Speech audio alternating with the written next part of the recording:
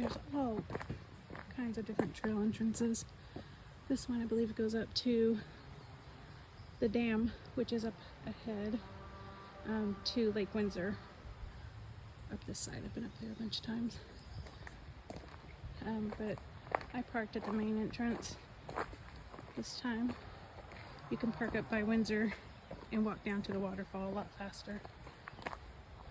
But I like hiking, so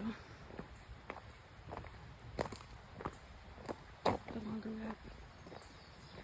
There's another bridge over here. Kind of looks cool. Let's head over there.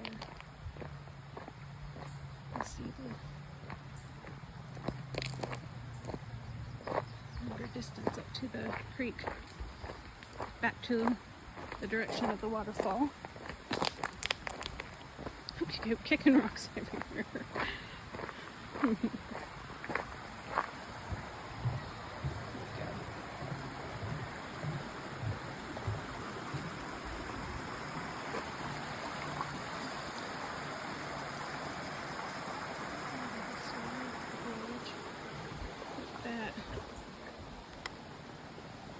So pretty.